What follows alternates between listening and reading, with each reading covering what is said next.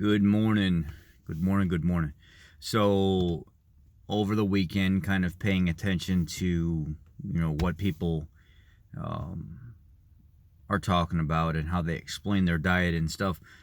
I seen several times. I was talking to Dr. Dinicola Antonio, and we were kind of going back and forth on recommendations and what our perceived recommendations are and stuff like that, and the fact that we really as time passes, things keep changing and we keep debunking things that happened from 10, 15, 20 years ago. People 10, 15, 20 years from now are going to be talking about how we were wrong about things. I mean, that's just how it is. As technology grows and as science gets more in depth with things, we find that even the way we perceive things is slightly off. And 10 years from now, could be completely different, or maybe we didn't have a certain type of technology to see something, now that we will be able to see then on how things work. And I was just really listening to the way people explained how they approach their lifestyle with a ketogenic diet. And oftentimes you see people talk about keto as if it's a religion, and they try to identify with it, or carnivore as if it's a religion and they try to identify with it. And then you look at the different types of personalities and stuff. Like, a lot of the men that have been on a carnivore diet long term, that are in some of these carnivore groups, are almost super possessive when it comes to women and the hierarchy of their very nature as a male. Some of them come across as, kind of kind of aggressive. And then the same way with the vegans and stuff that identify with their diet, their ideology, what they want to see happen in the world and stuff like that. It almost becomes religion-like. It almost becomes militant-like. And the people in between, the keto people, the keto cult and all this other stuff, I can't always put it on the carnivores and the vegans. I have to actually talk about the keto people as well. And I find that a lot of the keto people, they're not as dogmatic as the vegans and the carnivores, but they are more pushy when it comes to the religion type stuff. A lot of carnivores are like, I don't care what you do, dude. Just do whatever you do. Just don't stop me from doing what I do. And then and I know that kind of seems like I'm saying the exact opposite with what I said on the dogmatic portion of the carnivores. There's still a large group of them that are dogmatic, but then there's a big majority of them that are just like, leave me alone, let me do my thing, and I won't bother you. You do your thing. Just let me be. But in the more passive aggressive sense, I'm saying the ones that are not the aggressive type. If you look at the comment section and a lot of the keto talks and stuff like that, you'll find somebody say, no, keto for life, keto for life, keto for this, keto for life. And it's like, bro, that metabolic flexibility is key, right? That's like an organism being able to switch between fuel sources efficiently. That's what we all should be trying to achieve.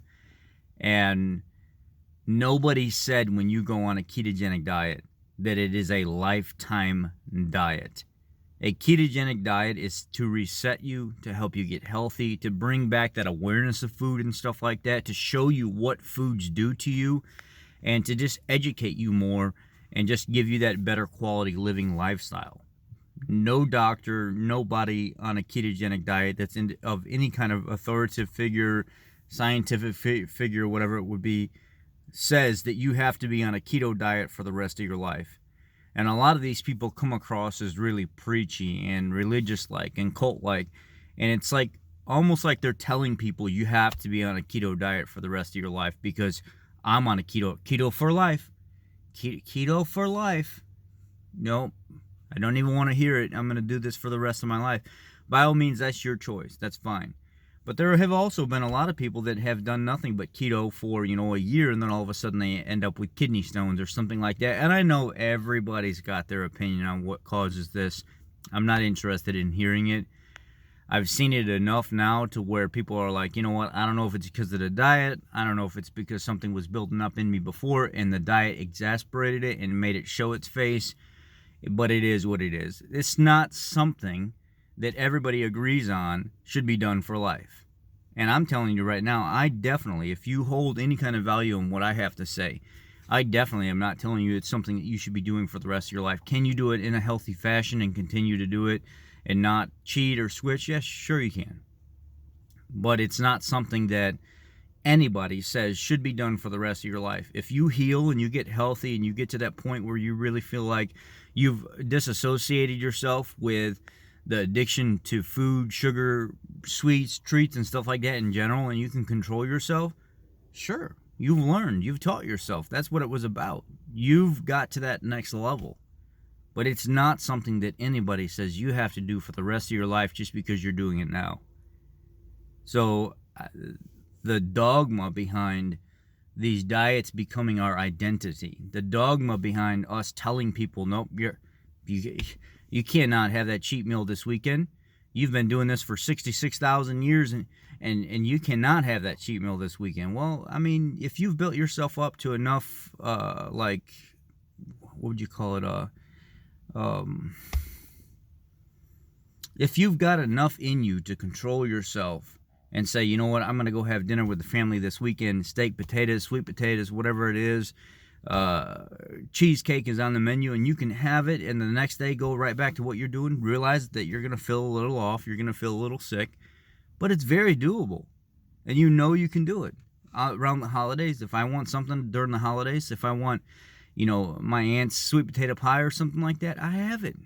I don't let anybody tell me how to live my life.